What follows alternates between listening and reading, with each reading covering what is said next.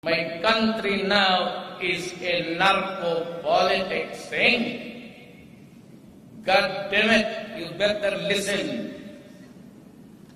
There are about 5,000 barangay captains and about 3,000 police officers into drugs. The portals of the national government has been opened to narco-politics by the election of the Lima. Until now, she plays coy. She doesn't want to admit her immorality when, as a matter of fact, Diane and her grace for sex made it possible for her to be corrupt. Ayaw na, she never denied about snippets of truth. Snippets of truth. Yun ang dahilan bakit pumasok ang narco-politics. Because of her excessive sexual desire. She had to compromise. She compromised. Hindi lang naman si Diane eh. You was a bird, Sebastian. The one that I was stayed in the kubol for 4 hours. Ay sabihin, pagmasahe ka lang, walang mangyari. Oh.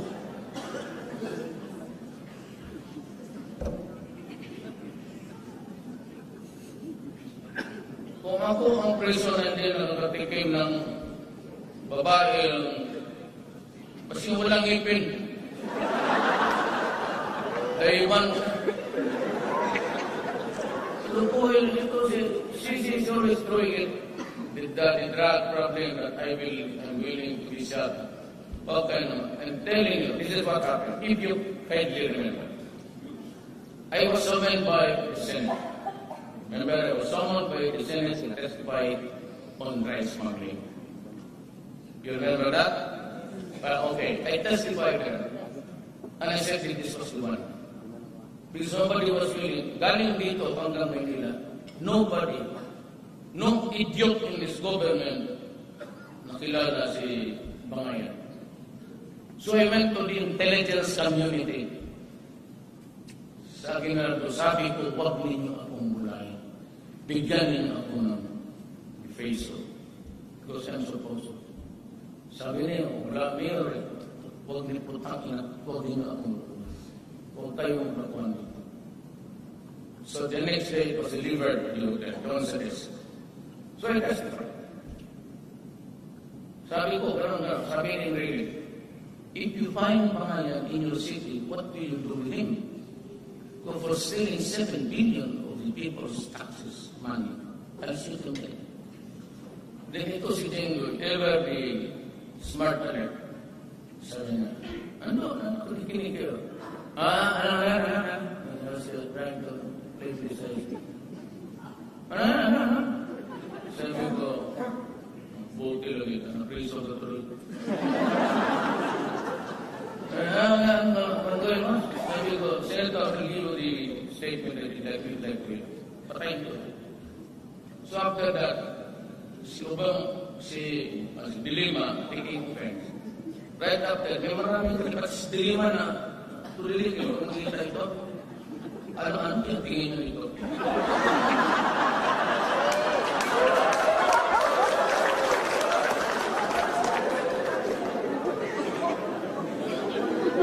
Well, of course, already in front. Pero pag kinakarga pa yan, ano yan?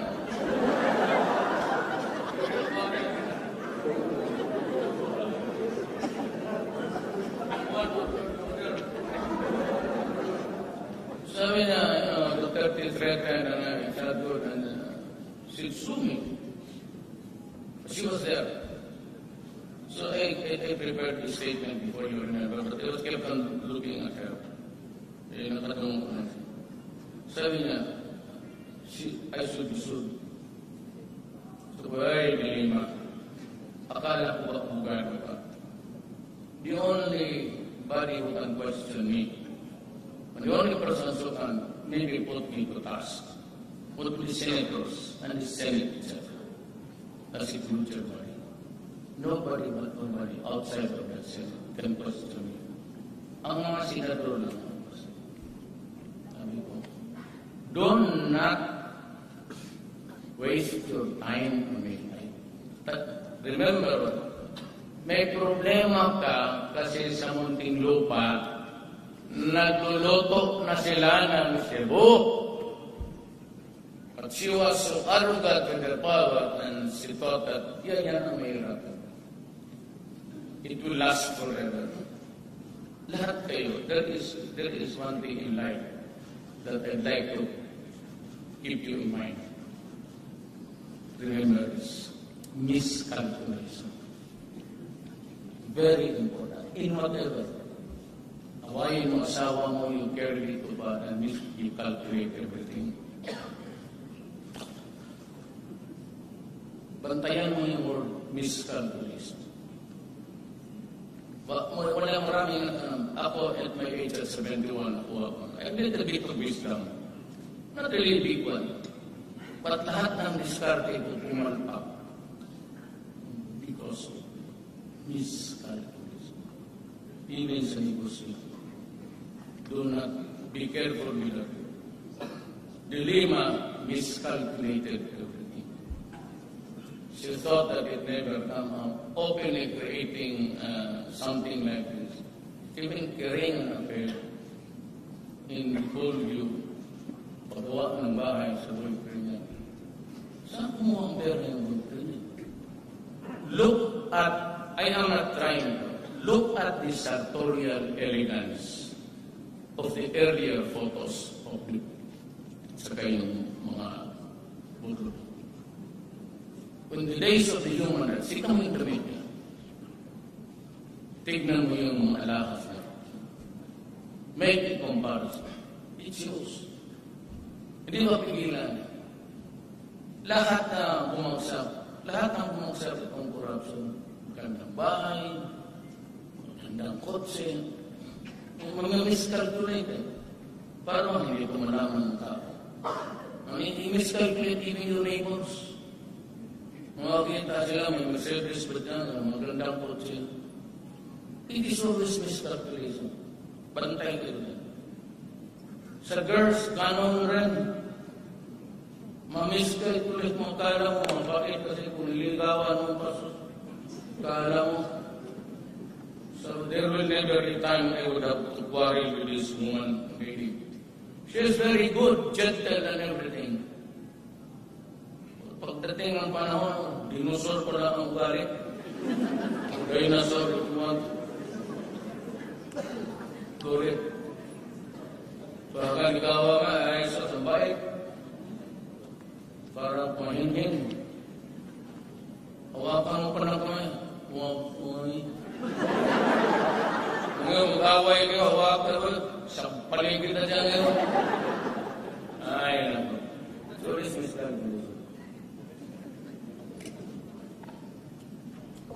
Also, I end my story to you. There are so many problems. It's a global thing, competition. But I hope to report to you good news when I shall have visited Japan and China. Quite positive sa China. We have the Filipinos returning to the traditional fishing grounds. I think we will ease up with the quality control with the banana. So many other things. Sabi nila, will help you with this and that.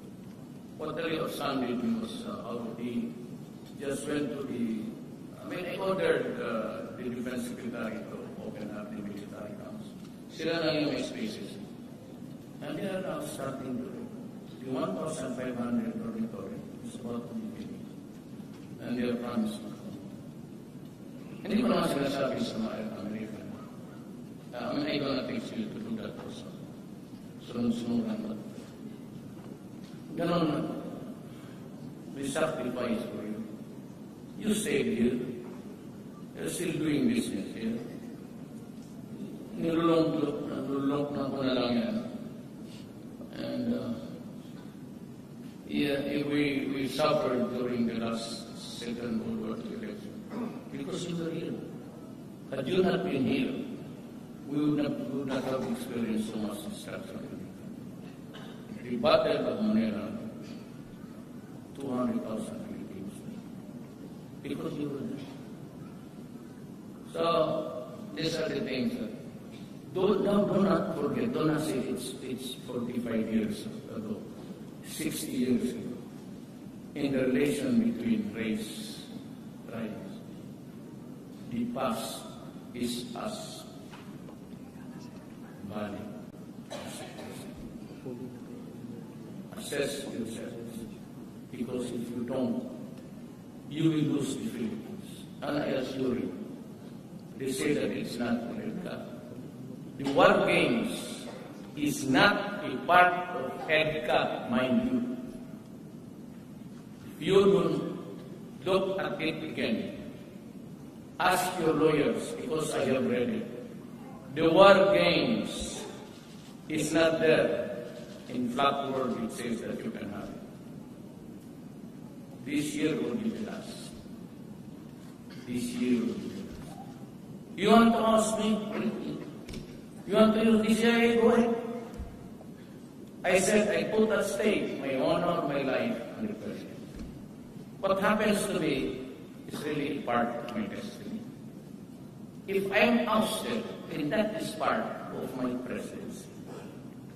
But for as long as I am there, do not treat us like a doormat, because you'll be sorry for it. I will not stick with you.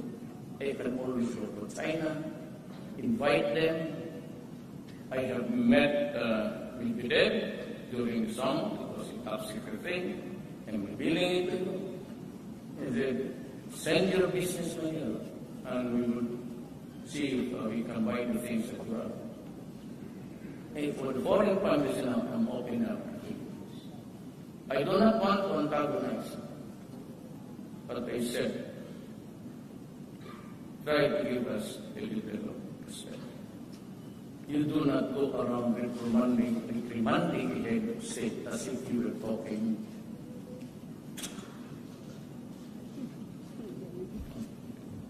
Salamat po. Sino ba ang gusto niyong marinig tungkol sa akin? Si Trillanes, di ba? Unang-una, sinisiguro ko sa inyo na si Trillanes ay nabubuhay sa mundo ng kasinungalingan. Kaya ulitin ko sa iyo, Senator Trillanes, lumabas ka sa pinagtataguan mo at harapin mo ako. Ikwento natin sa kanila ang katotohanan. Ayaw kitang birahin dito kasi wala ka eh. Hindi ko ugali yung ginagawa mo, nananaksa ka nang nakatalikod. That's why I challenge you, Senator Trillanes. If you want the truth, lumabas ka. Mag-usap tayo. Kahit saan, kahit kailan. Ngayon, ulitin ko yung sinabi ko sa inyo doon sa press con sa Philippine Star, si Senator Trillanes, 2004 pa lang, ay nagpapanggap na ito. Ito ang maraming kasalanan si Senator Trillanes. Nag-awkward kami kasi ayaw namin, isa sa inayawan namin sa Armed Forces of the Philippines ay corruption sa kayong ginagamit sa politiko yung mga sundalo. In just 1 year, he started to organize the soldiers who have with us, professional soldiers ito eh, and form it as a Magdalo party. In that party, I never been part of and will never be part of that Magdalo. Kasi yun yung inayawan namin eh. Isang taon pa lang, ginawa na niyang political party. Yung mga sundalo who were with us para labanan yung hindi tama sa gobyerno, especially inside the armed forces. Sonny Trillanes, bakit mo ginawa yan sa mga sundalo natin? Bakit mo ginawa yung inayawan natin? Bakit mo pinoliticize yung mga professional soldiers natin?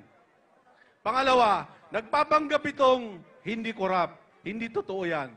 2004 pa lang, I witnessed him receiving money from politicians coming from the families of ousted president because of a perceived corruption.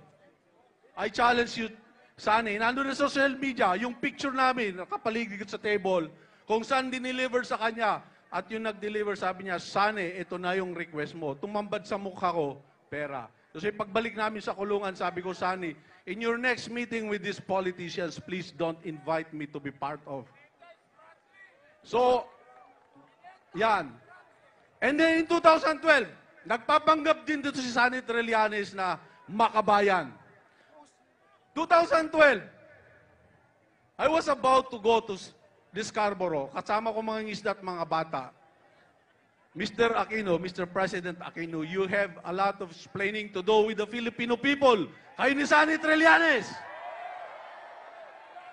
Alam nyo ba, nung 2012, nandun na kami sa Masinloc, Zambales. Nagkakarga na kami ng mga May, ng aming mga gamit para we will go to Scarborough, occupy Scarborough so that China will not take it over from us. Tumawag si Presidente. Dahil nauna, pinadala niya yung armed forces. Sabi ko, no, I'm a civilian. Hindi na ako sakop ng chain of command niyo. Tumawag yung commander ng Coast Guard. Sabi ko, hindi pwede. Tutuloy kami. The third caller is the President. Ganito ang discussion namin ni Presidente Aquino. Nick, pwede ho bang makisuyo? Bakit po, Mr. President? Baka pwedeng, huwag niyo munang ipagpaliban yung inyong paglalayag. Kasi si Sani ay makikipag-usap sa China. Okay, at that time, mga kababayan, akala ko si Sani Belmonte, the Speaker of the House. Because 2012 po ito, hindi ko inaakalang yung aking kaselda ay magaling na sa foreign policy. Nakaya na niyang i-represent yung ating bansa sa bansang China. So sabi ko kay Mr. President, sige, I'll talk to my crew. So, he hung up.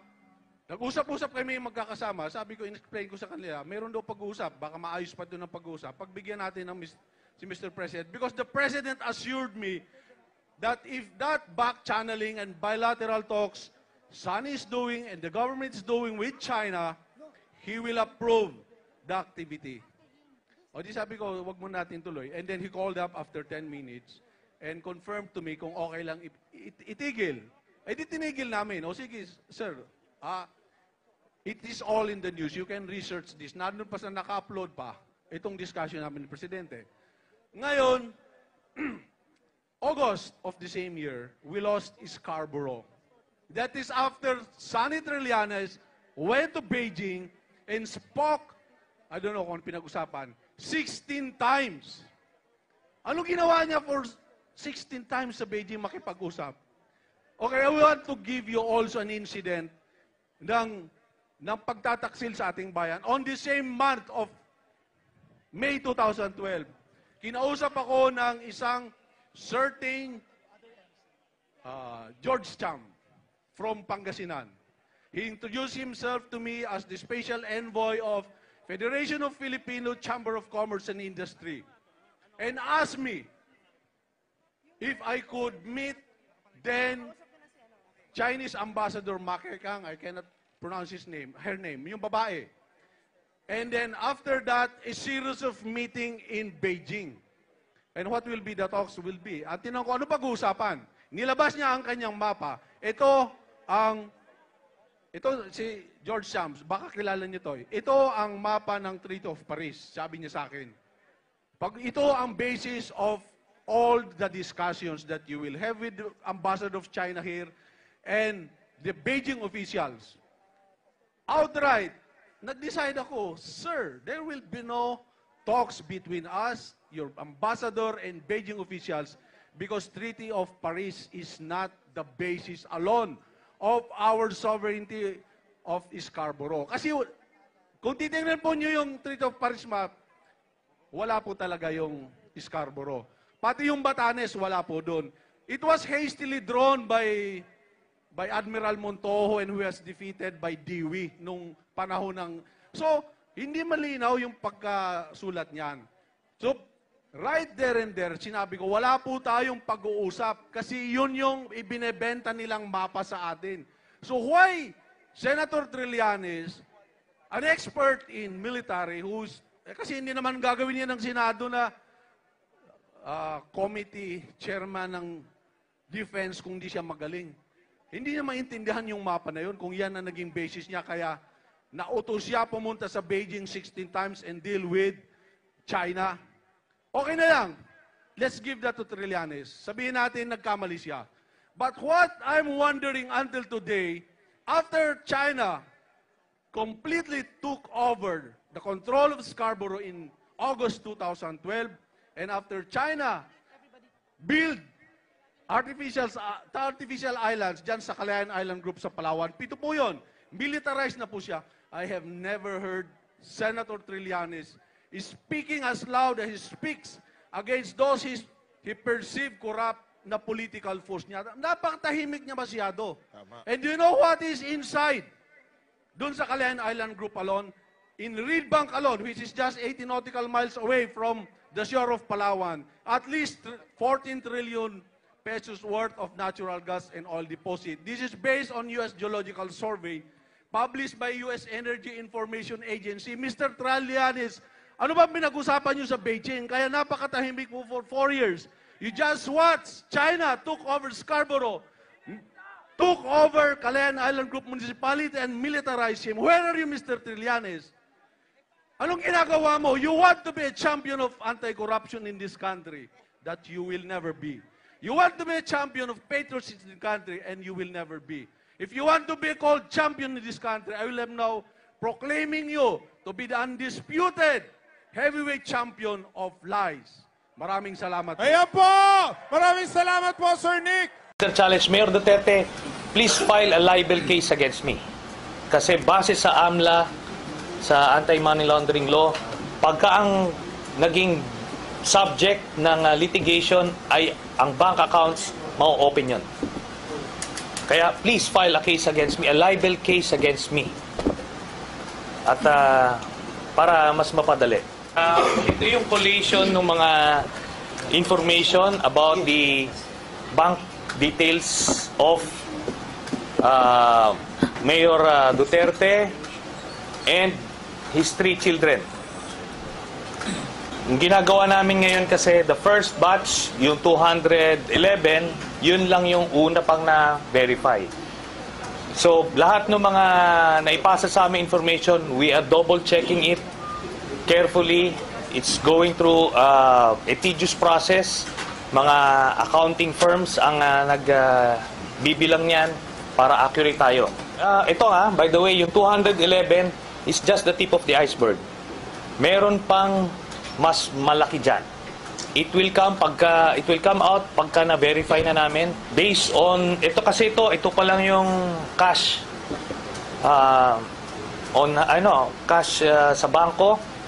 Wala pa yung mga nasa baol, yung mga nakapangalan sa ibang mga tao. Meron siya mga real properties. Malalim ito, malalim.